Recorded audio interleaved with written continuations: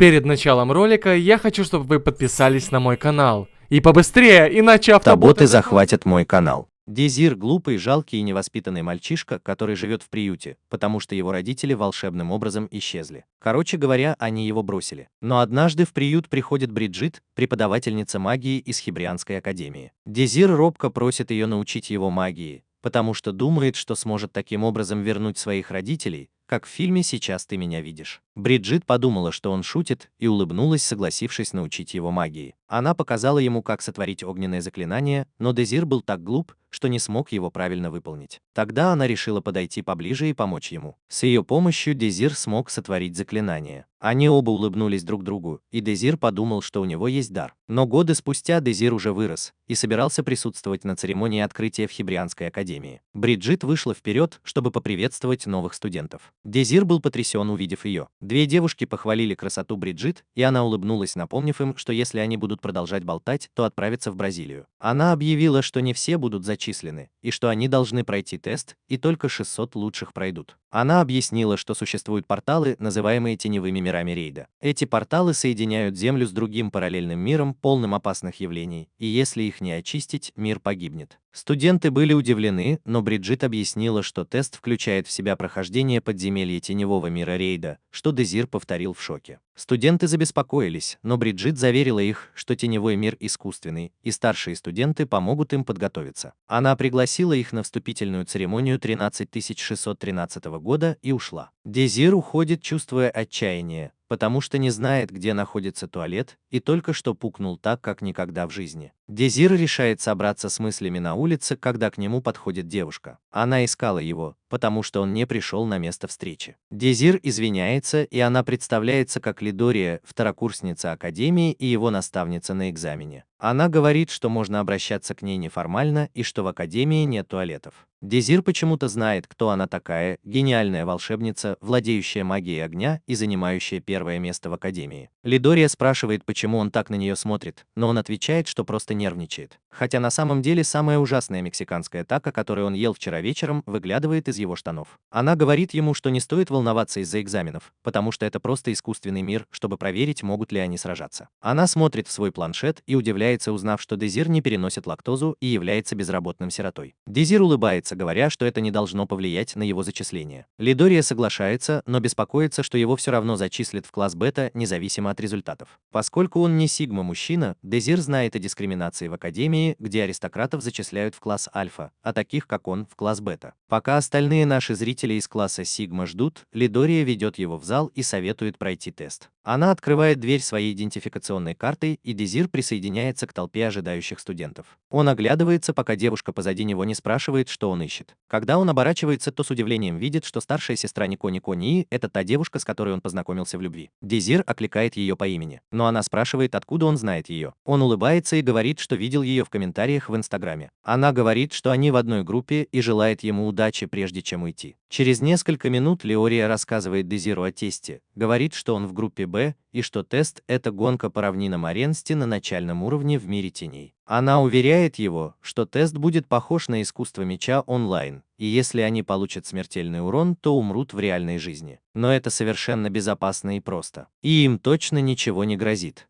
Прежде чем Дезир успевает спросить, что она имеет в виду под ущербом, другой старшекурсник Эльхайм перебивает, говоря, что PvP включено. И ему не терпится поиздеваться над новичками в учебной зоне. С самодовольной ухмылкой Эльхайм добавляет, что студенты точно не пройдут тест. Теория говорит, что это ложь, и они не узнают, пока не попробуют. Эльхайм представляет свою подопечную Азист, волшебницу. Дезир узнает в ней свою будущую Асуну, но она отворачивается, что его не удивляет, ведь она не разговаривает с бедняками. Леория злится на Эльхайма, а тот смеется над ней. Она защищается, говоря, что наличие подопечной волшебницы не доказывает его мастерство. Эльхайм утверждает, что это доказывает его личные достоинства, и уходит с Азист. Он говорит Лидории, что наличие бедной подопечной соответствует ее уровню, и это злит Лидорию. Леория говорит Дезиру, что хотя у него мало шансов из-за волшебницы, у него есть броня главного героя. Дезир улыбается и благодарит ее за поддержку. Объявляется, что начинается испытание группы D. Пожалуйста, пройдите к месту проведения испытания. Дезир подходит к воротам, присоединяясь к Азису, Романтике и 3 безымянным придуркам, которые, скорее всего, погибнут в первой зоне. Он смотрит на Романтику и улыбается, прежде чем сосредоточиться на происходящем. Ворота открываются, и они все заходят внутрь, оказываясь на открытом поле. Ведущий объявляет, что их цель находится впереди, отмеченная светящимся маячком. Она говорит, что только 3 пройдут испытания, и они могут использовать магические атаки, помехи и другие методы. Если кто-то получит смертельные повреждения, он будет дисквалифицирован.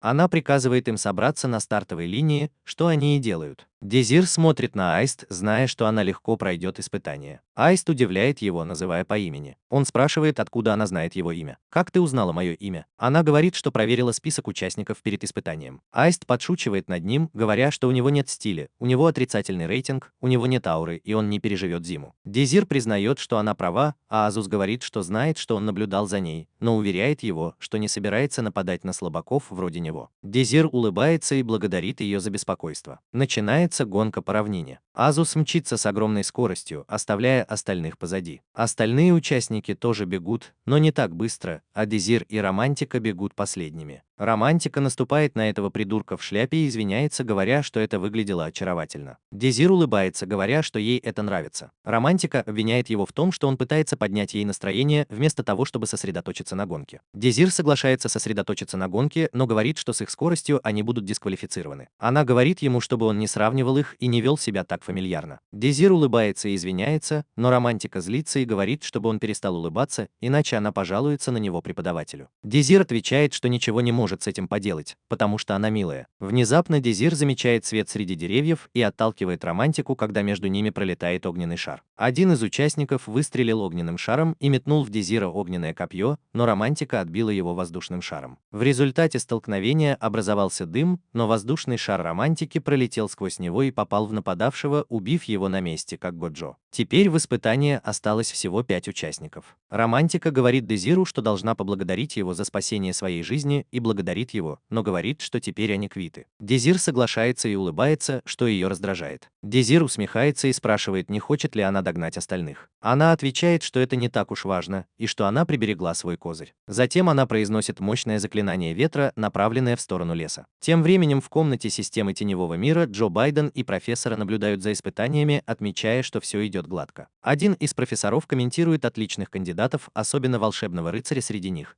говоря, что это подходит для благородного класса. Они смеются над такими неудачниками, как Дезир из группы D, и говорят, что у него нет шансов, если он просто стоит на месте вместо того, чтобы бежать. Бриджит обеспокоенно наблюдает за Дезиром. 2 других участников бегут за Азистом, который очень быстр. Один из них злится, но не может пожаловаться, потому что он тоже волшебный рыцарь. Он замечает, что если будет продолжать бежать с такой скоростью, то обгонит остальных. Внезапно самый безумный из участников, который пукал как из стака машины, отлетает в сторону, а другой, используя свой меч, хвастается, что никакое количество пуканья из стака не сможет его остановить, но он в шоке, когда видит, как Азес рассекает воздух своим мечом и продолжает идти вперед. Он пытается сделать то же самое, но сильный порыв ветра вырывает дерево с корнем и наносит ему огромный урон, из-за чего он попадает в теневое измерение. Теперь осталось только 3. Романтика рада, что ее сила победила 2 участников, и говорит Дезиру, что теперь они оба могут пройти. Однако выражение ее лица меняется, и она говорит, что это будет не так просто, потому что он следующий. Она говорит ему сдаться, пока он еще может улыбаться. Дезир улыбается и спрашивает, почему. Она говорит, что его улыбка бесит ее, всех, включая меня, поэтому ей придется его убить. Она готовит магический круг и говорит ему, чтобы он сдался, если он понимает, но Дезир отказывается. Романтика думает, что он согласился, но понимает, что он отказался. Она спрашивает, не дурак ли он, и почему он отказывается, увидев ее силу. Она кричит на него, чтобы он перестал улыбаться и начал драться как настоящий мужчина, выпуская в него серию магических кругов. Дезир в шоке, когда она выпускает несколько ударов ветра, и все они попадают в него. Романтика улыбается, прощается с Дезиром и уходит. Но когда дым рассеивается, она в шоке видит, что Дезир все еще стоит. Он хвалит ее за то, что она справилась с таким количеством магических кругов одновременно. Он говорит ей, что она хороша, как он и ожидал, но могла бы стать еще лучше, если бы уделяла больше внимания контролю, а не скорости. Романтика, увидев, что траектория немного изменилась, и она могла промахнуться, злится и кричит на него, что он говорит какую-то ерунду, настаивая, что она промахнулась случайно и что он никак не мог победить ее. Она выпускает еще больше магических кругов, атакуя его цепями ветра. Дезир Дезир активирует свою магию и отражает цепи ветра, объясняя, что изменение ветра меняет траекторию. Романтика поражена тем, что Дезир может использовать обратную магию, навык, который обычно есть только у сигма-мужчин, и что такие, как Дезир, не могут им овладеть. Она кричит, что это невозможно, ведь он из самого низкого круга. Она выпускает большую цепь ветра, но Дезир говорит, что он может ее отразить, и действительно отражает ее силу. Романтика понимает, что он может быть более опытным, чем она. Дезир предлагает закончить бой, направляясь к ней, и говорит, что ему нужно победить еще нескольких. Романтика в страхе отступает, поняв, что Дезир не бета-мужчина, а настоящий сигма-мужчина.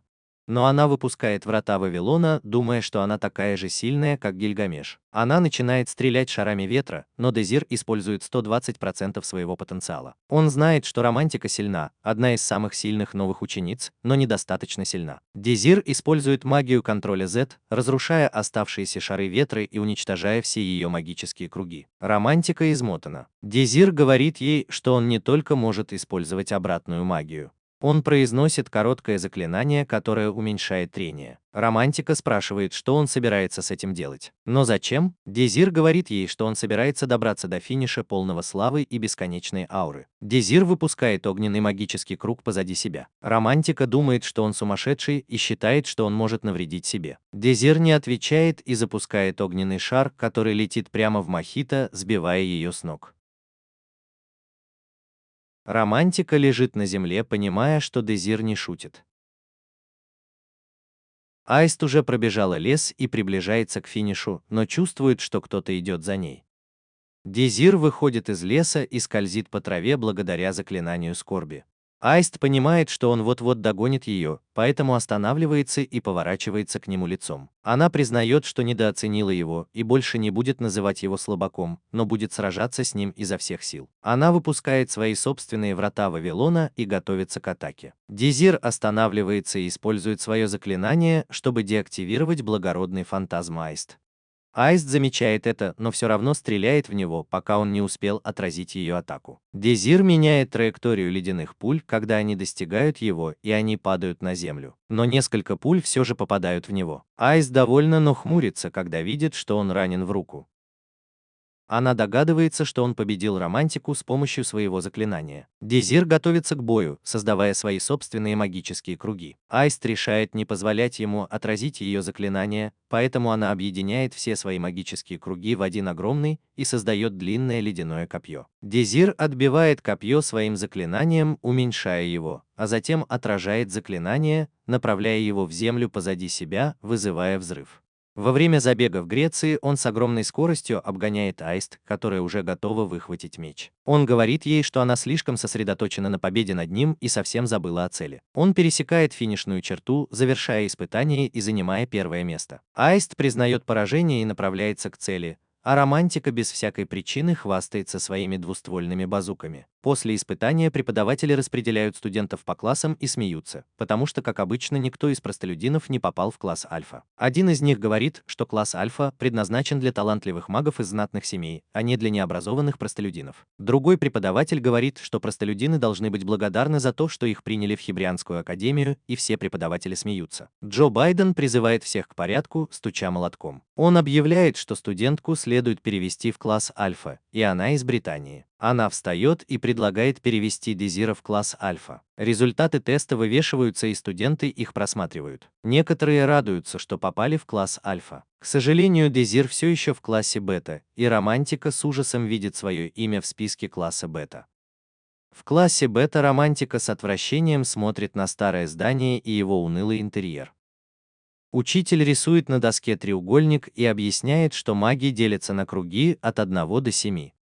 Он отмечает, что все они в первом круге, что недостаточно хорошо для теневого мира. Романтика молча не соглашается, потому что она во втором круге, а учитель смеется над ними, называя их кучкой жалких неудачников. Это злит Романтику. Она спрашивает, почему ее не взяли в класс Альф, несмотря на ее статус. Особенно ее раздражает, что она сидит рядом с Дезиром, которому не место в этом классе после того, как он победил Аиста. Дезир поворачивается к ней с улыбкой, что еще больше выводит ее из себя, и она со стуком опускает руку на стол. Испуганный учитель спрашивает, что случилось, но Романтика отмахивается, говоря, что все в порядке. Нервно смеясь, Дезир вспоминает встречу с профессором Бриджит. Он благодарит ее за помощь в приюте, а она хвалит его за то, что он стал достаточно взрослым, чтобы жениться на ней. Бриджит признается, что хотела, чтобы он учился в классе Альф, но другие профессора-аристократы были против. Дезир понимает, что одержимость школы статусом означает, что многие талантливые ученики из класса бета могут быть незамечены из-за дискриминации. Романтика одна в большом зале, все еще расстроенная тем, что попала в класс бета. К ней подходит студент по имени Донта и спрашивает, не дочь ли она барона Иру. Романтика подтверждает это и спрашивает, кто он такой. Донта представляется студентом из класса Альф и садится рядом, объясняя, что он набирает участников в свою группу, чтобы попасть в Голубую Луну, лучшую группу в Академии. Он приглашает ее присоединиться, ссылаясь на ее способности и происхождение. Романтика видит возможность попасть в класс Альф, но колеблется, когда Донта просит ее пойти с ним на свидание в обмен на рекомендацию. Романтика в шоке, говорит, что он слишком торопится, ведь они только что познакомились. Донта признается, что он просто другой, потому что может закончить все за 10 секунд или меньше. Донта настаивает, что такой аристократке, как она, не место среди грязных и нищих людей из класса бета. Она просит время подумать,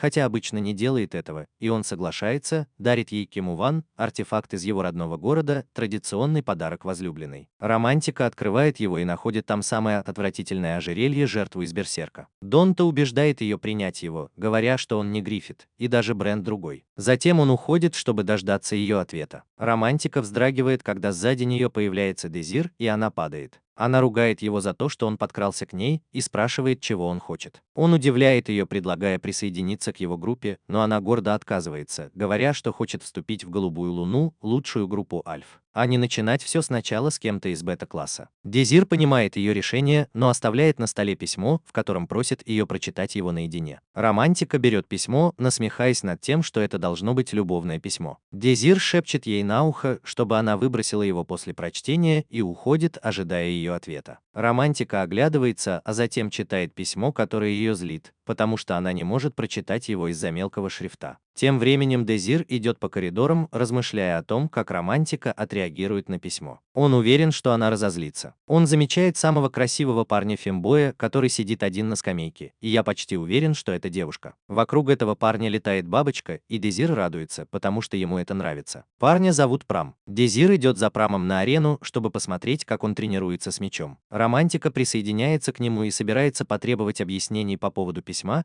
но Дезир говорит ей, что сейчас не время, потому что парень фембой говорит: сейчас начнется тренировка с мечом, и Прам выбирает себе большой меч. Романтика заворожена его милым поведением и даже восклицает, что хочет трахать его каждую ночь, как самая безумная фанатка из Твиттера. Начинается поединок, и Дезир удивляется, почему Прам выбрал такой длинный меч, а не свой.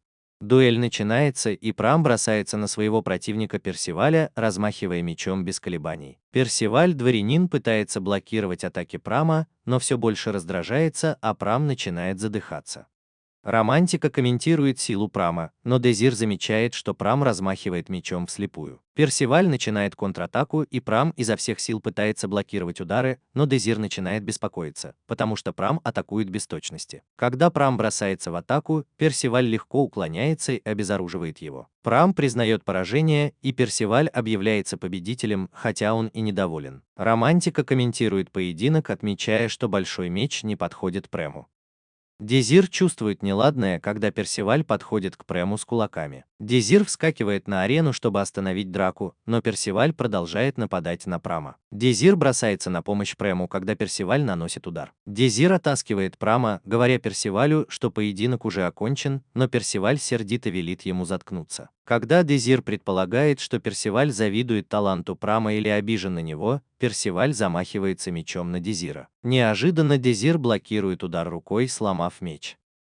Персиваль в шоке, а Дезир смотрит на него, говоря, что никто не смеет трогать его красивую девушку фембоя, иначе он кастрирует его. Персиваль шипит и уходит, желая сохранить свои яйца целыми, предупреждая Дезира, что он этого так не оставит. Позже Прам помогает Дезиру обработать его раненую руку, выражая беспокойство. Дезир уверяет его, что использовал магию, чтобы уменьшить повреждения. Романтика подходит к ним и ругает Дезира за его безрассудство. Прам заканчивает перевязывать руку Дезира, извиняясь за то, что тот поранился. Дезир настаивает, что Прам не виноват, и предлагает ему отсосать в качестве благодарности. Прам чуть не плачет, виноватым, что из-за него у Дезира теперь повреждена рука, но Дезир отмахивается, говоря, что это не страшно, если у Прама все в порядке. Прам начинает улыбаться и тепло представляется.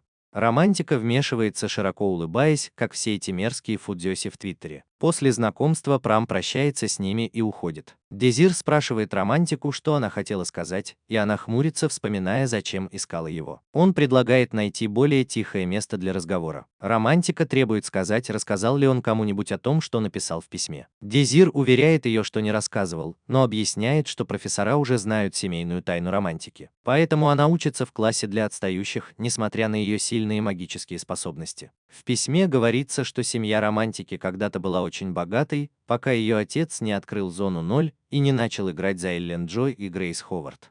Дезир говорит ей, что профессора считают, что несмотря на то, что в ее семье есть агенты С-ранга, она все равно новичок, и поэтому они не воспринимают ее всерьез. Романтика признается, что уже знала, что именно поэтому ее перевели в класс для отстающих. Дезир говорит ей, что ей не стоит вступать в группу «Голубая луна», как она планировала, потому что Донта будет плохо с ней обращаться, если узнает, что она новичок. Дезир говорит ей, что она может присоединиться к его группе. Романтика спрашивает, не угрожает ли он рассказать всем ее секрет, если она не присоединится к его группе, но Дезир обещает, что не сделает этого. Он говорит, что если она не хочет, то он просто начнет вечеринку с самым красивым парнем в их школе. Романтика представляет, как мило было бы каждый день видеть Прама, и как здорово было бы, если бы она смогла его соблазнить. Романтика обдумывает это и говорит Дезиру, что он действительно загадочный и, кажется, много о ней знает. Но не только это, он еще и владеет магией и победил Эзиста, хотя и является членом низшего круга. Она говорит, что в конце концов раскроет его секрет и соглашается присоединиться к его группе, но предупреждает, что его постоянная улыбка ее раздражает. Дезир соглашается, все еще улыбаясь, и они пожимают друг другу руки в знак заключения сделки. Однако, по мнению Дезира, необходимость завербовать Романтику и Прама возникла из-за того, что произошло во время вступительной церемонии в школе. Когда он пришел в академию, он вспомнил, что произошло в 4-й части «Атака Титанов»,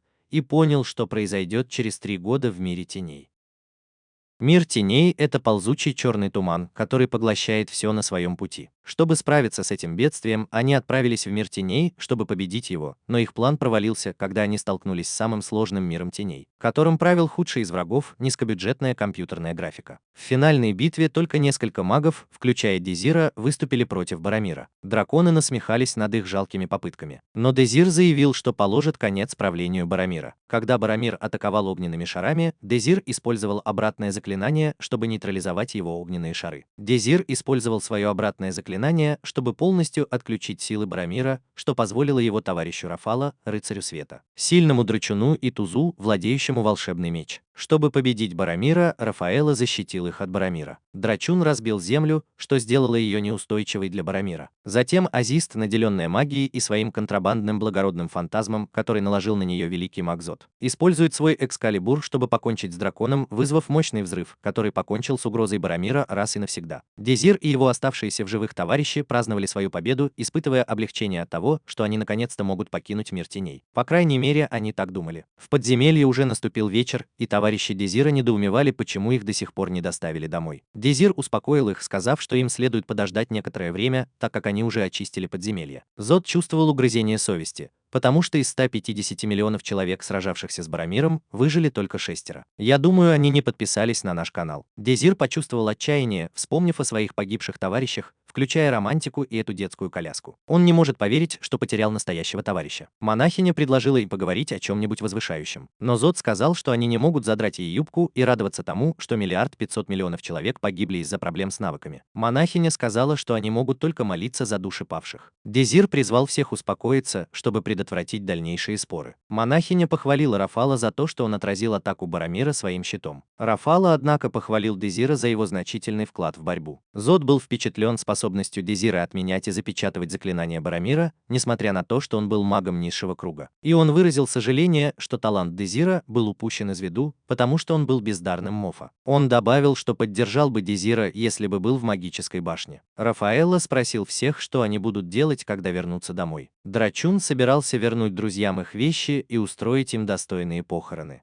Монахиня хотела вернуться в западный регион, чтобы позаботиться о семьях погибших и построить мемориал и храм для павших духов. Зод подчеркнул важность предотвращения нового вторжения в теневой мир, сказав, что им нужно стать сильнее. Все повернулись к Азист, ожидая ее ответа, но она молчала, потому что они еще не разблокировали ее диалог. Затем Рафаэлло спросил Дезира, собирается ли он вернуться в Хибрианскую академию. Дезир вспомнил улыбающееся лицо романтики, когда она рассказывала о своем доме у моря, и ее заплаканное лицо в момент смерти. Ему было больно это вспоминать, но он просто сказал Рафаэлло, что подумает об этом. Внезапно глаза Барамира открылись, и на них подул сильный ветер. Они насторожились, думая, что Барамир еще жив.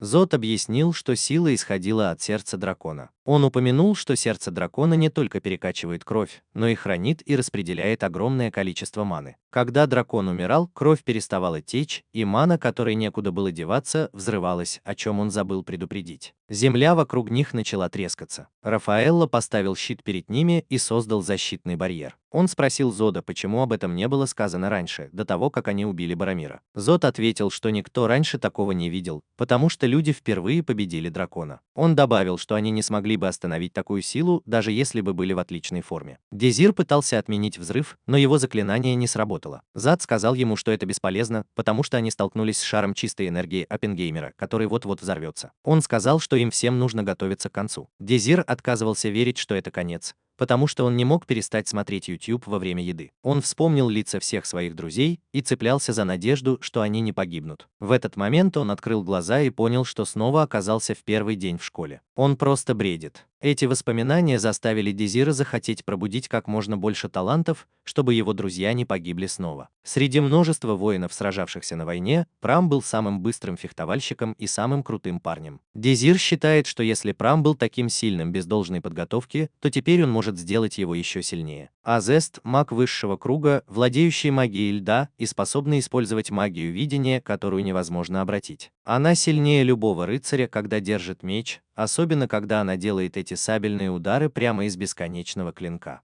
Дезир плачет, понимая, что они сражались напрасно, и он потерял всех своих друзей. Оглядевшись, он понимает, что все по-прежнему, и это не сон. Он буквально загрузил сохранение с последней контрольной точки. Гуляя с Леорией в первый день, Дезир увидел в этом второй шанс предотвратить трагедию и решил, что сделает концовку Врата Штейна.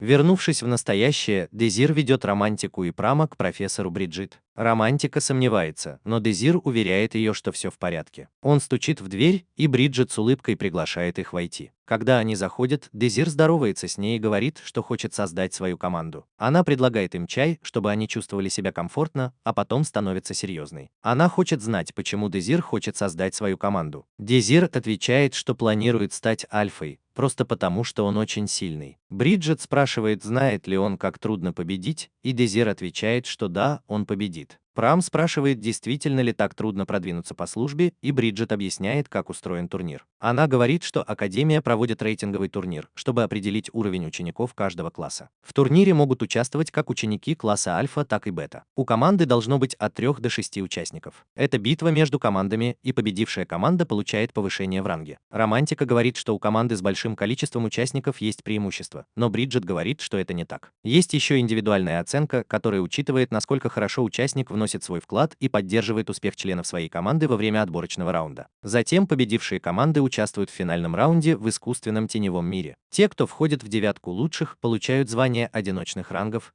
и одиночный ранг может перейти из класса бета в класс альфа. Рейтинговый турнир также называют отборочным турниром, но раньше никто не продвигался, потому что профессора ненавидят, когда бедные люди чего-то добиваются. Романтика хлопает по столу и говорит, что это очевидно, ведь класс альфа всегда опережает класс бета. Бриджит соглашается, говоря, что в прошлом в 9 лучших попадали только студенты альфа-класса, и поэтому студенты бета-класса не могут туда попасть. Но Дезир говорит, что они должны сами убедиться в этом. Романтика пытается возразить, но Дезир говорит, что если студенты бета-класса попадут в 9 лучших, то все профессора, которые считают, что студенты бета-класса бездарны, будут неправы. Бриджит говорит, что она тоже профессор, но не такая, как остальные. Она говорит, что если они победят, то смогут изменить эту гнилую систему в Академии. А если Дезир победит, то женится на ней, и она наконец-то перестанет быть одинокой после 30 лет. Дезир соглашается, потому что ему нравятся милфы и фембои. Бриджит спрашивает Романтику и Прам, хотят ли они присоединиться к Дезиру после всего этого. Они соглашаются, и Дезир начинает их тренировать, потому что она стреляет как геймерша, которая играет только в Stardew Valley. В тренировочной комнате Дезир рисует на стене круг и говорит Романтике, что будет тренировать ее в точности. Романтика говорит, что она и так хороша в этом, и демонстрирует, создавая несколько магических кругов и попадая в цель. Но только 3 из них попадают в круг. Она гордится собой, но Дезир говорит, что ей нужно, чтобы все они попали в центр. Она хочет возразить, но он говорит, что ей нужна точность, чтобы попасть в альфа-класс. Он верит, что она сможет это сделать, потому что Романтика из его прошлого смогла. Он насмехается над ней, говоря, что если она не сможет, то он возьмет Прам в жены. Романтика раздраженно спрашивает, что ей нужно сделать. Он дает ей мяч и просит переместить его в круг на другой стороне комнаты. Она собирается бросить мяч, но он говорит ей использовать свою способность Нэн или магию ветра, чтобы переместить мяч из одного места в другое. Она садится на пол и пытается понять, как это сделать. Дезир говорит ей не волноваться и просто использовать основы магии ветра. Представив ветер и сосредоточившись, Романтика изо всех сил пытается заставить мяч двигаться. Она представляет ветер, и мяч начинает парить в воздухе. Она высвобождает свою силу, и ветер толкает мяч, но он не улетает далеко. Дезир удивлен, что она смогла это сделать, и говорит ей продолжать тренироваться. Она соглашается, краснея от его похвалы. Дезир поворачивается к Праму, который хочет узнать, чему Дезир собирается его научить. Дезир говорит, что может научить его джиу-джитсу, но говорит, что ему нечему его учить. Дезир объясняет, что Прам уже достиг совершенства в искусстве фехтования и достаточно силен, чтобы победить в турнире. Но Прам грустит и говорит, что это не так.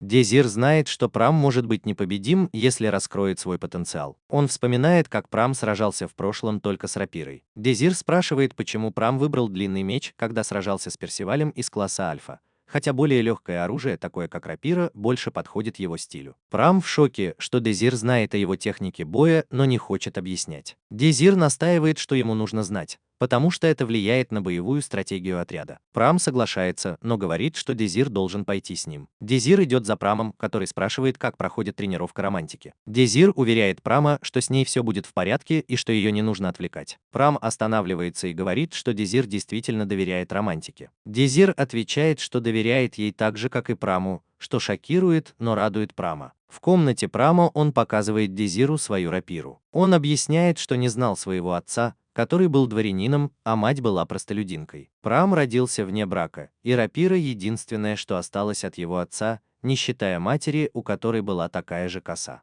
Дезир уверен, что это та самая рапира, которой Прам пользовался раньше. Когда Прам протягивает ему рапиру, Дезир удивляется, насколько она легкая. Прам говорит, что начал тренироваться с мечом в 6 лет, надеясь стать достойным сыном, который сможет им владеть. Но перед смертью мать заставила его пообещать, что он никогда не будет искать отца, и он, к сожалению, согласился. Она заверила его в своей любви перед смертью, но так и не сказала, как зовут его отца. Дезир понимает, что для дворянина иметь ребенка от простолюдинки – позор, и Прам был бы в опасности, если бы он встретился с отцом. Прам говорит, что поступил в академию, потому что там было много дворян, и он надеялся найти информацию о своем отце. Он отдал меч на оценку в городе, но ему сказали, что он ничего не стоит, и дворянин никогда бы им не воспользовался. Прам начинает плакать, говоря, что думал, что отец любил его мать, поэтому оставил ей что-то ценное, но меч ничего не стоит. Он выбрасывает меч, обещая больше никогда им не пользоваться. Позже они продолжают тренироваться, и Романия с помощью магии ветра запускает мяч в кольцо. Она с гордостью спрашивает Дезира, что он думает, радуясь, что освоила это умение всего за 3 дня. Дезир говорит, что она хорошо справилась, но замечает, что мяч не в центре круга, поэтому он не считается. Это расстраивает ее. Он подходит ближе, и Романтика смущенно краснеет. Дезир вспоминает подарок, который ей подарил Данте, и кое-что придумывает. Романтика робко спрашивает, почему он так смотрит, но он игнорирует ее и идет к Праму, снова прося показать меч. Но Прам отказывается, говоря, что продал его. Прам ведет Дезира в магазин, где он продал меч.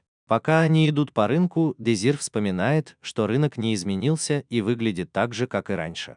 Прам ведет его по переулку, где находится магазин. На вывеске написано, что они не возвращают деньги за проданные или купленные товары. Прам говорит, что не хочет больше держать меч, но Дезир улыбается и просит дать ему шанс что-то доказать. Дезир стучит в дверь, и огромный мужчина открывает ее, впускает их и запирает за ними дверь. Они встречаются с владельцем магазина Вуджукуаном, который спрашивает, пришли они покупать или продавать. Дезир говорит, что хочет купить меч, который продал Прам. Вуджукуан говорит, что не возвращает деньги, и Дезир отвечает, что он знает, поэтому и покупает. Вуджукуан показывает меч и говорит, что уже говорил Праму, что он не представляет ценности как меч. Но что-то было не так, потому что он был слишком легким и редким. Дезир говорит, что это Кимуван. Мужчина спрашивает, откуда он знает, и Дезир объясняет, что видел такой раньше, когда Данте подарил Кимуван романтике. Вуджукуан добавляет, что дворяне дарят Кимуван в качестве подарка возлюбленным, и это шокирует Прама. Уджукуан говорит, что, к сожалению, не смог его открыть. Прам спрашивает, сколько он стоит, и Уджукуан отвечает, что 40 серебряных монет. Прам возмущается, потому что Уджукуан купил у него меч за 3 серебряных монеты и не сказал, что это Химван. Уджукуан объясняет, что он оценил меч, когда Прам спросил об этом. И как меч он стоил 3 серебряных монеты. Но теперь, когда он продает его как Химван, его стоимость возросла. Прам называет его мошенником и собирается спорить дальше, но Дезир останавливает его и соглашается заплатить 40 серебряных монет за меч. Уджукуан соглашается, говоря, что ему следовало запросить больше, раз Дезир не торговался. Дезир берет меч и осматривает его. Уджукуан говорит, что ему не стоит беспокоиться, потому что непрофессионал не сможет открыть меч. Дезир использует обратное заклинание, чтобы проанализировать меч, и видит на нем надпись. Он отдает меч Праму, который колеблется, но Дезир просит его довериться ему. Он говорит Праму потянуть за выемку на рукояти и вытащить лезвие. Прам делает это, и ему удается вытащить лезвие, которое ярко блестит, поражая Руджаки. Прам поражен, потому что сияющий металл не похож на железо или серебро, и говорит, что никогда такого не видел. Дезир объясняет, что это потому, что меч сделан из бланкума. Уджукуан оживляется и спрашивает Дезира, уверен ли он, что это бланкум. Дезир подтверждает, объясняя, что бланкум – это материал, который тверже стали, но легче пера, и из него делают оружие высшего качества. Дезир рад, что подарил Праму меч, которым он пользовался раньше. Когда они собираются уходить, охранник запирает дверь. Дезир просит Вуджукуэна убрать оружие, но Вуджукуэн требует, чтобы они сначала бросили меч.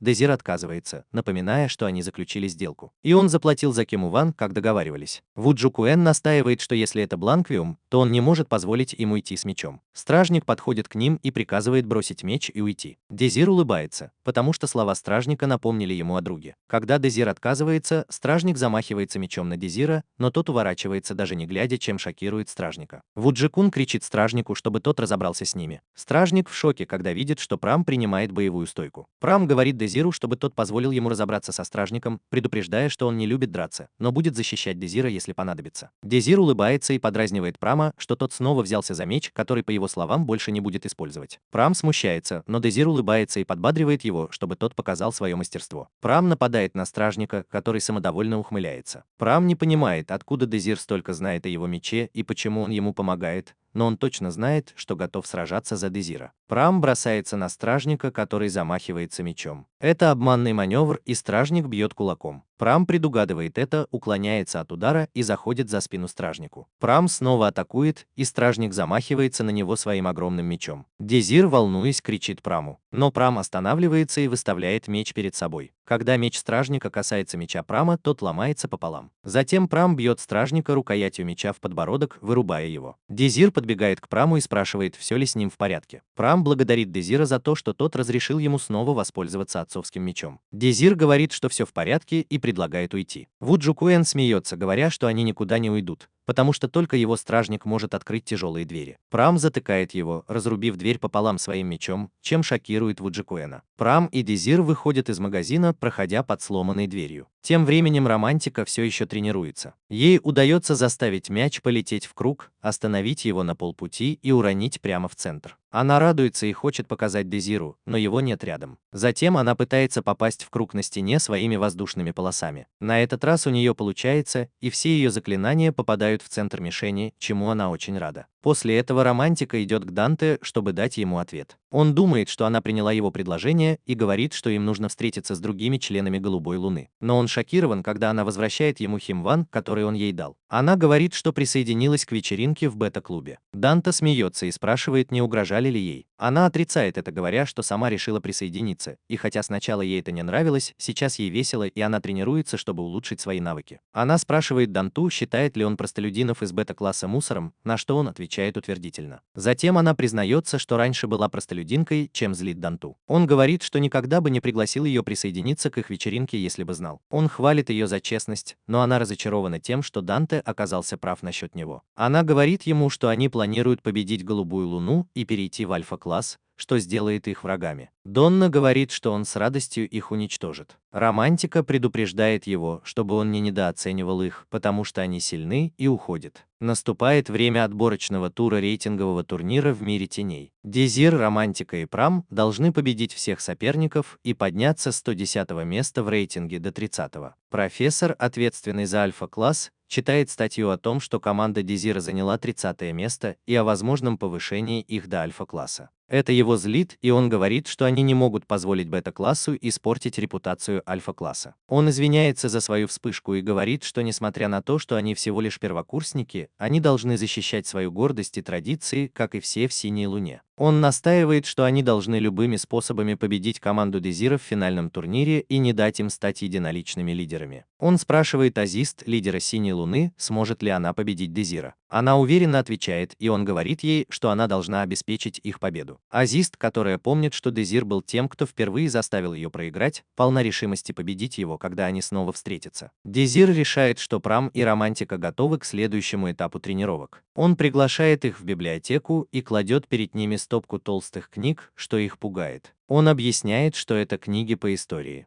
Поскольку финальный раунд будет проходить в мире теней, подготовленном Академией, им нужно знать исторические события и инциденты, которые могут там произойти. Прам понимает, что книги помогут им получить необходимые знания по истории. Романтика беспокоится, что они не могут знать, какие события будут выбраны, но Дезир заверяет ее, что он выбрал наиболее вероятные варианты. По секрету, Дезир уже знает, с каким миром теней они столкнутся, и сам читает эту конкретную книгу. Пока они изучают, к ним подходит Аист, создавая напряженную тишину, которую Прам не понимает. Романтика спрашивает, почему она здесь, и Аист отвечает, что прошло уже довольно много времени, на самом деле 2 месяца. Дезир благодарит ее за то, что она присоединилась к Голубой Луне, называя это отличным выбором присоединиться к самой сильной партии в Академии. Однако Аист не согласен с этим, говоря, что они не самые сильные, потому что Дезир не является их частью. Она заявляет о своей цели, но Дезир обрывает ее, говоря, что он знает, что она пришла объявить ему войну, удивляя ее. Он добавляет, что понимает, что она проявляет вежливость к тем, кого считает соперниками. Она хвалит его остроумие, признавая, что недооценила его во время их первой встречи, но обещает победить его на турнире. Дезир доволен, так как он хотел, чтобы Асис рассматривал его как соперника и стремился стать сильнее. Он с нетерпением ждет возможности сражаться бок о бок с ней в будущем, чтобы изменить ситуацию. Приближается день турнира, и он проводится на огромной арене. Все участники готовятся войти в мир теней, пока диктор зачитывает правила. Донта смотрит на своего врага, Романтика, в то время как Персиваль наблюдает за Премом. Правила позволяют им сражаться, используя свои силы, и любой, кто получит смертельную травму, будет дисквалифицирован. Любой, кто внесет значительный вклад в успех своей партии, будет вознагражден очками, а 9 лучших игроков получат звание одиночных игроков. Прам говорит, что они занимают последнее место среди остальных. Но Дезир отвечает, что именно поэтому они должны победить в теневом мире или одолеть других участников, чтобы занять первое место. Когда начинается турнир, врата теневого мира открываются, и команда входит в них. Прам и Романтика выглядят обеспокоенными, но Дезир кладет руки им на плечи, уверяя, что все будет хорошо и что они должны выложиться на полную. Они соглашаются и входят в ворота. Дезир подходит к свету и переносится в искусственный теневой мир. Ведущий объявляет, что их местоположение было определено случайным образом и что они должны сделать все возможное, чтобы очистить мир. Дезир решает найти Прама и Романтику, так как они разделились. Один из участников идет по полю, жалуется, что обгорел на солнце, дует ветер, и он наслаждается прохладой, не понимая, что это атака. Не заметив этого, он получает удар от Романтики и выбывает из турнира, оставляя 27 участников. Прам начинает оглядываться, причитая, что Дезира рядом нет. Романтика говорит, что им повезло, что они оказались в одном месте. Прам с милым щенячьим взглядом спрашивает, все ли в порядке с Дезиром. Романтику очаровывает его милое личико, но она берет себя в руки и сосредотачивается на поисках Дезира. Она выпускает свой ветер по лесу, чтобы обнаружить 2 участников вдалеке и еще одного поблизости. Она направляет заклинание ветра на ближайшего участника, но оно не срабатывает. Она знает, что это Дезир, но они сталкиваются с двумя другими участниками. Женщина-аристократ спрашивает, знает ли она, что магия обнаружения, которую она использовала, раскрыла их местоположение. Ее напарник-мужчина насмехается над ними, называя их мусором. Прам принимает боевую стойку с мечом, а романтика смело заявляет, что они покажут, кто здесь настоящий мусор. Дворянин говорит, что научит их различать классы. Романтика советует ему не быть таким самоуверенным. Но прежде чем он успевает закончить фразу, Прам быстро сокращает расстояние между ними. Дворянин реагирует и блокирует меч Прама, злясь и говоря, что у Прама нет манер. Он отталкивает Прама назад, и Прам вместе с романтикой отступают, так как их засада не сработала. Она признает, что их враги не так уж слабы. Дворянка спрашивает, все ли в порядке с ее напарником, но он приказывает ей сосредоточиться на битве и не беспокоиться о нем. Прам и дворянин начинают сражаться, скрещивая мечи. Дворянка использует заклинание воды, направляя водяные шары в Прама, который уворачивается от них и бежит с огромной скоростью, почти как молния. Дворянин ударяет мечом по земле, поднимая пыль и мешая видеть. Он говорит своему товарищу воспользоваться моментом и отбросить их с помощью магии. Это позволяет романтике обнаружить ее. Романтика отбрасывает дворянку ветром, уничтожая ее, а затем сдувает пыль, насмехаясь над дворянином за то, что он выдал свое местоположение магией. Она готовится атаковать его, но Прам появляется позади него и говорит, чтобы он не отвлекался. Дворянин поворачивается и замахивается мечом на Прама, но тот подпрыгивает в воздух, чтобы избежать удара. Когда дворянин оборачивается, романтика уже целится в него водяным шаром, уничтожая его. Она говорит, что они получили по заслугам за то, что недооценили бета-класс. Ведущий объявляет, что осталось 25 участников. Романтика кричит на Дезира, спрашивая, как долго он собирается прятаться. Дезир стоит, улыбаясь, и говорит, что у них все под контролем, поэтому он не хочет вмешиваться. Прам рада его видеть. Она спрашивает, что он думает об их сражении. Он отвечает, что они хорошо сражались, и романтика хвастается, что это естественно. Прам спрашивает, как у него дела, и Дезир гладит его по голове, говоря, что у него тоже все хорошо, и Прам это радует. Вскоре небо затягивают тучи, и остальные участники выбывают друг за другом, пока не остается только 18. Дезир объясняет своей команде, что для перехода в альфа-класс им нужно пройти теневой мир или попасть в девятку лучших. Романтика спрашивает, возможно ли пройти теневой мир. Дезир говорит, что это невозможно, потому что остальные участники объединятся против них, если они попытаются. Он считает, что попасть в девятку лучших проще, потому что остальные участники будут сражаться друг с другом, и им просто нужно продержаться, пока не дисквалифицируют еще 9. Романтика думает, что это не так просто, как он говорит, но Прам верит, что они справятся, и рисует их лица на земле, отчего романтика смеется и верит в них. Внезапно начинается дождь, и они бегут под дерево, чтобы укрыться. Понимая, что дождь скоро не закончится, они решают переждать. Они слышат звон часов на поле, который слышат и остальные участники. Дезир объясняет, что звук доносится от старой часовой башни, которую романтика помнит по урокам. Ведущий объявляет, что часовая башня – это магическое устройство высокого уровня, которое через равные промежутки времени создает монстров. Часы вырабатывают электричество, которое выстреливает в небо, вызывая удар молнии, и появляются глаза монстра. Ведущий объявляет, что это испытание на выживание. На башне с часами появились монстры, и участники должны противостоять им. Профессор из класса Альфа смеется, наблюдая за происходящим в комнате управления, и говорит, что класс Бета уже закончил. Бриджит беспокоится о вечеринке Дезира, которая все еще проходит под деревом. Внезапно участники вечеринки слышат крик, и диктор сообщает, что один человек выбыл, и теперь осталось 17 участников. Дезир просит романтику и Прама остаться под деревом. Он выходит из тени, но их окутывает неприятный запах, и им приходится зажать носы. Земля дрожит, и появляется крыса-монстр, напугав романтику и Прама, которые бросаются обнимать Дезира. Крыса-монстр громко рычит. Дезир тут же приказывает им бежать, и они подчиняются, ускоряя шаг, пока за ними гонится стая крыс. Дезир знает, что крыса-монстра зовут Киллера-мышь. Это монстр, который использует стаи мышей в качестве конечностей и питается человеческой кровью. Он никогда не сдается, если нацелился на кого-то. Они продолжают бежать, пока за ними гонятся крысы.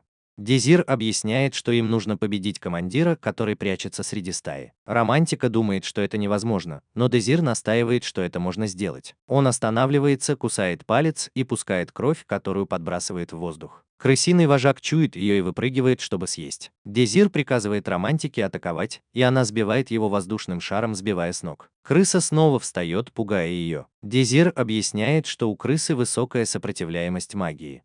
Когда крысы бросаются на них, Дезир решает, что им нужно отступить и перегруппироваться, но Прам бежит мимо него в стаю крыс, чтобы найти командира. Прам кричит, но уже находится глубоко в стае крыс. Он решительно ищет командира, уворачиваясь от нападающих крыс. Он чувствует командира и тянется к нему. Снаружи Дезир пробирается сквозь стаю, пытаясь добраться до Прама. Романтика предлагает взорвать крыс, но Дезир говорит, что она может попасть в Прама. В отчаянии он вспоминает безжизненное тело Прама из прошлого. Внезапно Прам выпрыгивает из стаи с вожаком и быстро убивает командира своим мечом. Ведущий объявляет, что они успешно победили монстра и завершили квест на выживание. Прам благополучно приземляется, но падает без сил. Дезир подбегает к нему, а Романтика говорит Праму, чтобы он не перенапрягался, на что тот соглашается, говоря, что устал. Дезир улыбается и говорит ему отдохнуть. Прам тут же засыпает.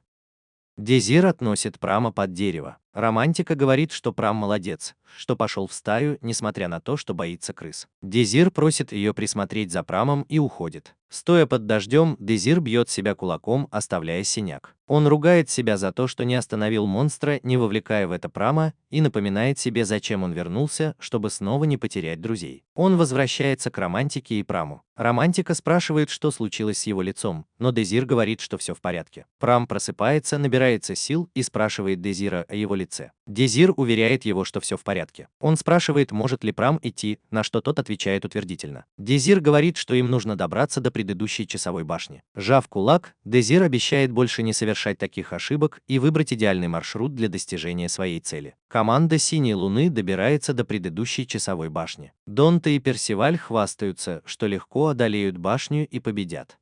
Внезапно вокруг них поднимается ветер, и на них нападают несколько летающих шаров. Азист быстро создает ледяную стену, Персиваль отбивает атаку мечом, а Донта прикрывается щитом. Но двое других участников Голубой Луны получают прямые удары и сразу же выбывают. Они понимают, что это нападение, и Аист уже знает, что это Дезир.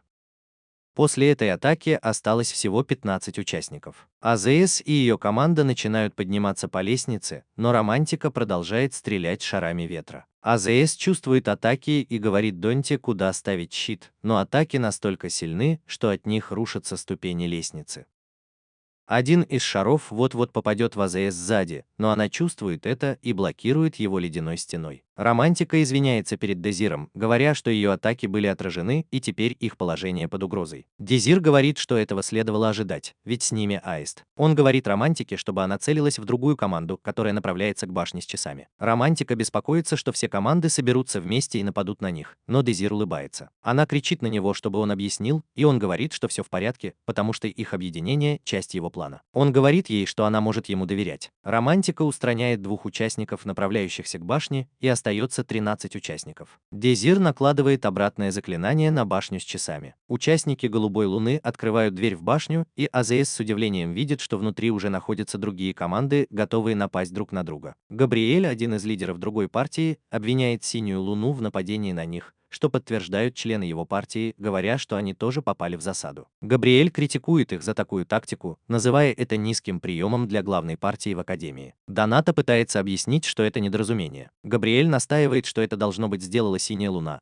потому что только они достаточно опытны, чтобы использовать заклинания высокого уровня, которые применялись в атаках. Азус знает, что они не станут слушать, если она обвинит Бету, и понимает, что именно этого и хотел Дезир. Габриэль воспринимает ее молчание как подтверждение и готовится напасть на нее. Азус говорит своим товарищам по команде, чтобы они не вмешивались, и выходит вперед, чтобы противостоять Габриэлю. Габриэль атакует огнем, охватившим то место, где стояла Азус. Один из товарищей Габриэля по команде радуется раньше времени, но Азус появляется позади него, отталкивает его ногой, а затем использует свое ледяное очередное заклинание, чтобы поймать в ловушку одну из девушек из команды Габриэля. Когда остается только один член команды, Габриэль зовет на помощь остальных, предлагая, что они все могут стать одиночными рангами, если победят Синюю Луну. Другая команда соглашается, и все они нападают на Азу. Азу отбивается, отражая стрелы, выпущенные в нее, и отвечая на огонь Габриэля ледяными шарами. Битва усиливается, пока Дезир и его товарищи наверху слушают сражение. Но внезапно оно прекращается. Романтика считает, что их план сработал, но Дезир не согласен, отмечая, что не было никакого объявления. Тем временем Азист и ее команда поднимаются по лестнице. Она хвалит Дезира за его хитрый план, но он признает, что надеялся, что альфы будут сражаться между собой и сократят свои ряды. Азист уточняет, что она не победила их, а просто обездвижила. Дезир понимает, что их план сработал бы, если бы альфы победили друг друга. Он считает это жалким планом. Данте сражается с Романтикой, Персиваль с Прамом, а Аист противостоит Дезиру, бросая ему вызов и предлагая доказать, что он достоин звания одиночки, сразившись с ней. Она удивляет его, создавая под ним магический круг,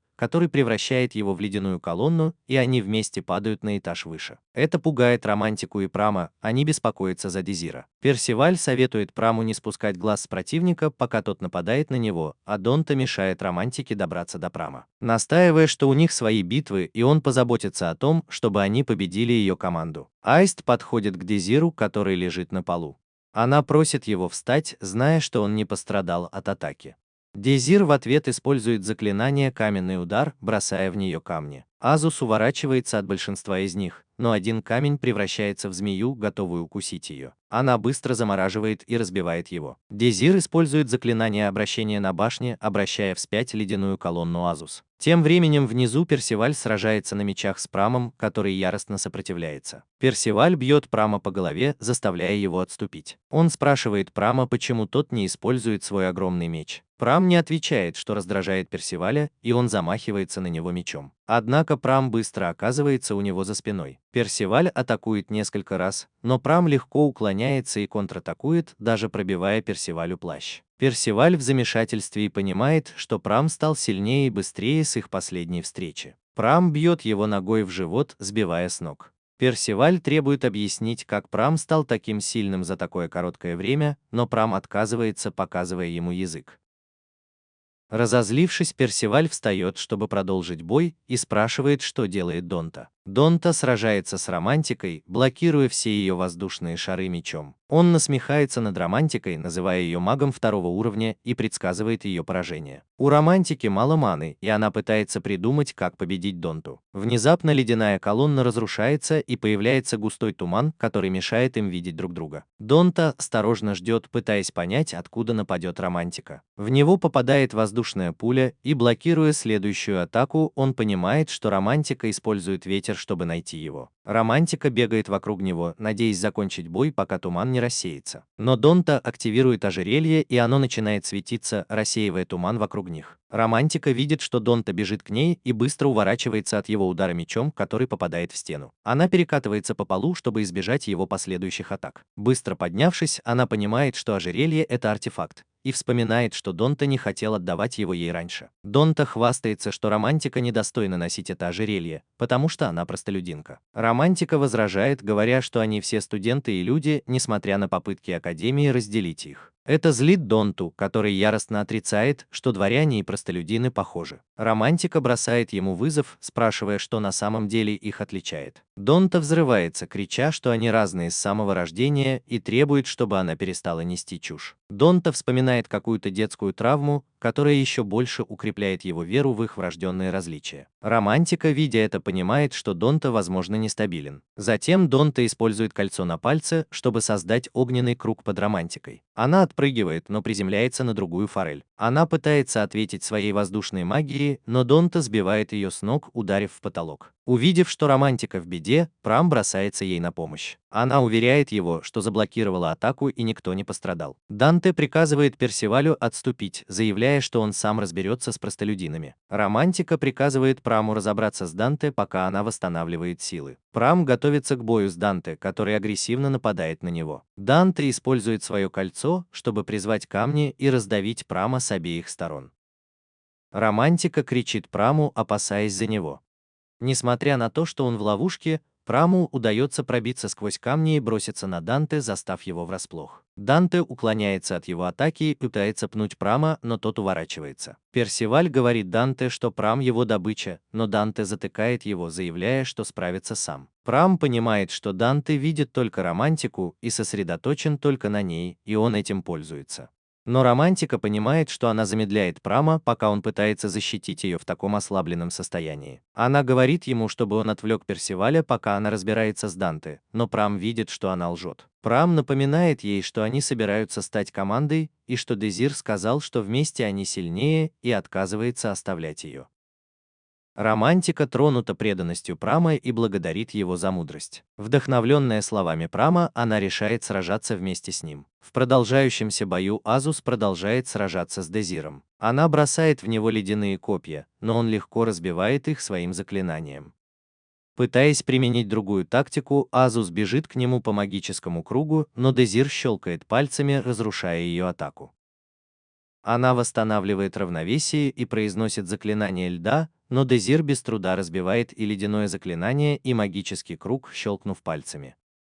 Затем Дезир бросает огненное копье в Азист, который успевает увернуться, но падает на другое огненное копье, появившееся из земли. К удивлению Азист, Дезир восхищается ее ледяным барьером, который она создала, чтобы защититься, но тот рассыпается. Дезир хвалит ее за то, что она не пострадала. Во время их поединка Азус спрашивает, почему она лучше владеет магией и боевыми навыками, но проигрывает Дезиру. Дезир с улыбкой говорит ей, что нужно наслаждаться боем. Азус решительно сжимает рукоять меча и понимает, что у нее мало боевого опыта. Она бросается на Дезира, который предугадывает ее движение и стреляет в нее огненными шарами, но она уворачивается. Азус подпрыгивает в воздух, готовясь нанести удар, но Дезир достает нож и накладывает на себя заклинание силы, блокируя ее меч. Потрясенная Азус понимает, что он умеет обращаться с мечом. Она замахивается сильнее, и Дезир отлетает к стене. Азус удивляется своей силе. Дезир приходит в себя и снова бросается на нее, нанося удары. Он уклоняется от одних ударов и блокирует другие своим клинком. Азус спрашивает, почему она не может победить его, несмотря на свою силу. Они оба отступают, и Дезир улыбается, спрашивая, нравится ли ей этот бой. Он объясняет, что несмотря на ее силу, она не встречала достойного противника, и это делает бой интересным для нее. Дезир понимает чувства Азус, потому что раньше ей было скучно,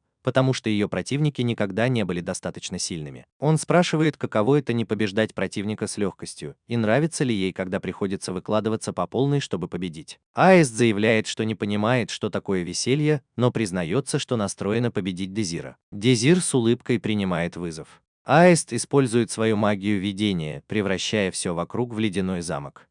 Она садится на ледяной трон и спрашивает Дезира, готов ли он. Он готовится к бою, когда пол начинает покрываться ледяными сосульками, от которых он ловко уворачивается. Вскоре он оказывается в ловушке, когда в воздухе появляются магические круги, и Азус использует их, чтобы обстрелять его ледяными пулями. Дезир отвечает своим заклинанием, защищаясь и уничтожая ледяные пули. Он понимает, что Аист может свободно использовать свою магию в этом ледяном замке, что она уже делала раньше.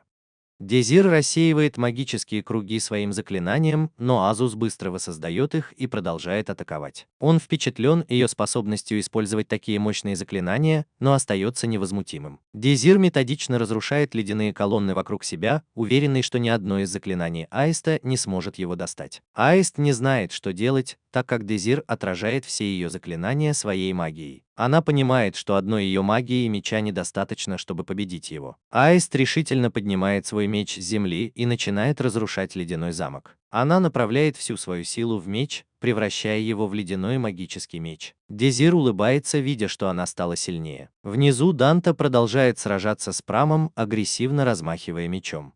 Прам блокирует его атаки и наносит ответный удар, ударяя Донту в живот, отчего тот отлетает к стене, где лежит Персиваль. Романтика проверяет состояние Прама, и тот подтверждает, что с ним все в порядке, но признает, что Донта очень силен. Романтика настаивает, что они должны победить Донту, пока Персиваль не присоединился к битве. Прам уверенно встает, разминает шею и удивляет Романтику и Персиваля, приглашая их присоединиться к драке. Персиваль с радостью соглашается, достает меч и бросается на них. Он бросает меч в Прам, но тот ловко отбивает его.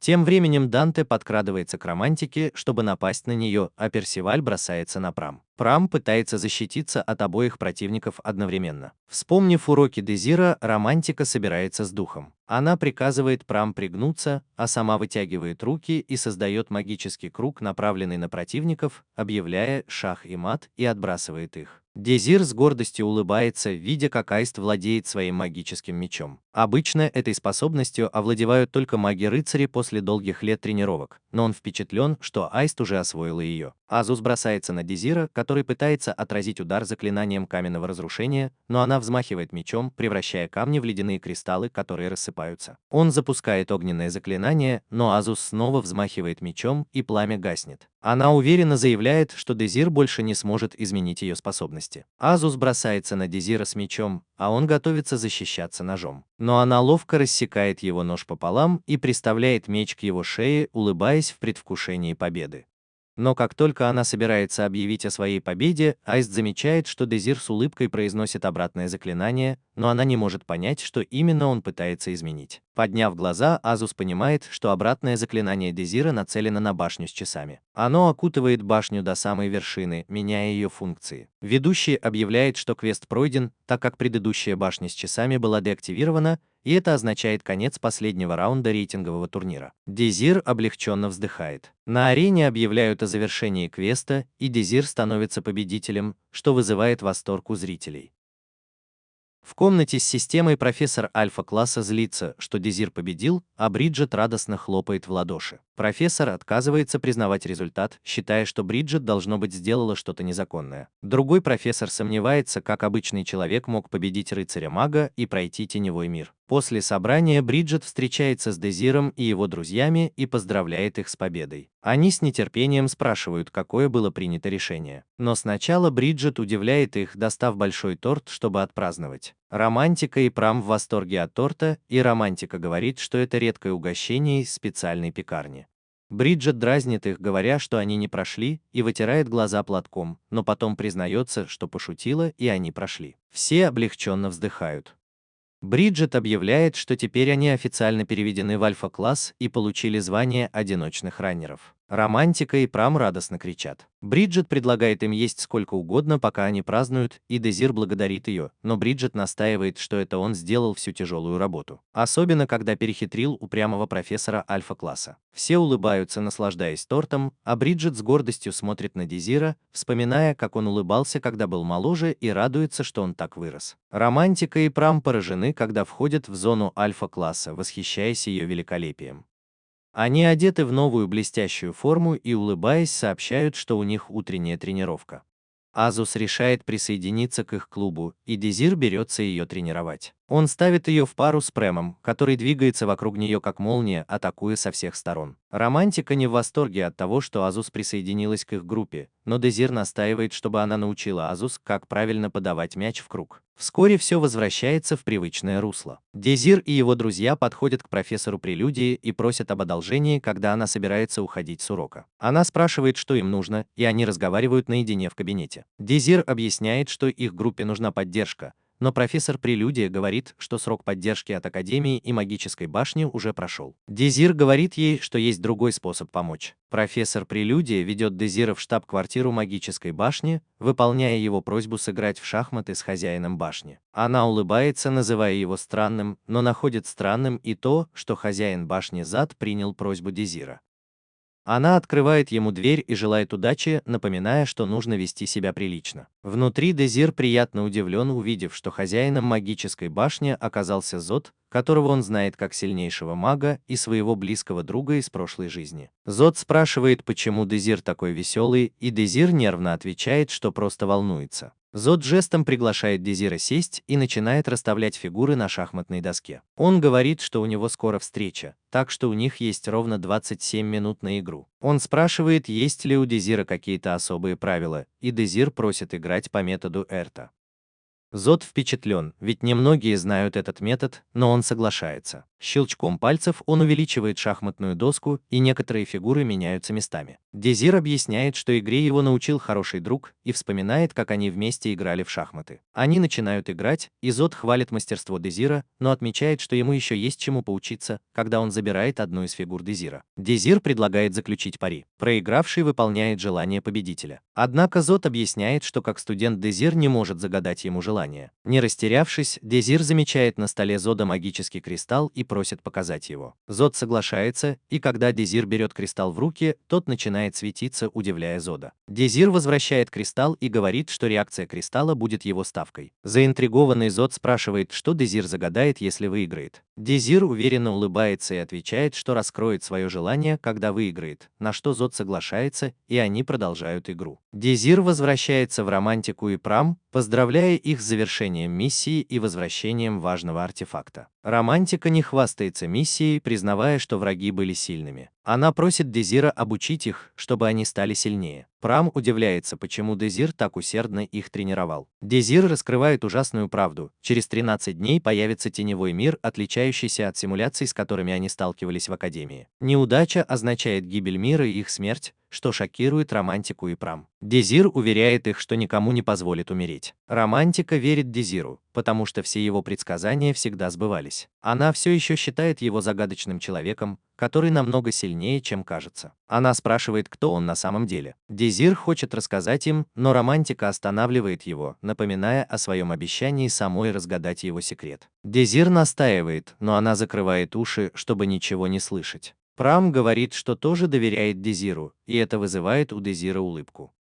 Дезир подчеркивает, что им всем, включая его самого, нужно стать сильнее для предстоящих сражений, и они соглашаются. Дезир начинает их тренировать. Он показывает Романтике, как с помощью магии сжимать бутылку в маленький шарик. Прам учится фехтованию, пытаясь снять брошь с плеча своего наставника. Азус присоединяется к ним, учится делать прочные предметы из бумаги. Романтике удается сжать бутылку после множества попыток, а Азист создает прочный бумажный стаканчик и кувшин. Прам в конце концов снимает брошь после многочисленных попыток. Дезир также помогает Романтике повысить уровень ее магии. Тем временем Азус отдаляется от своих товарищей по команде из Голубой Луны. Через 13 дней Академию предупредили о скором появлении Теневого мира, и всех студентов попросили собраться в актовом зале. Дезир и его товарищи, одетые в военную форму, подходят к зоне телепортации. Азус присоединяется к ним, и Романтика одобряет решение Дезира взять ее в команду. Дезир уверен, что с его товарищами они смогут выжить в этом испытании.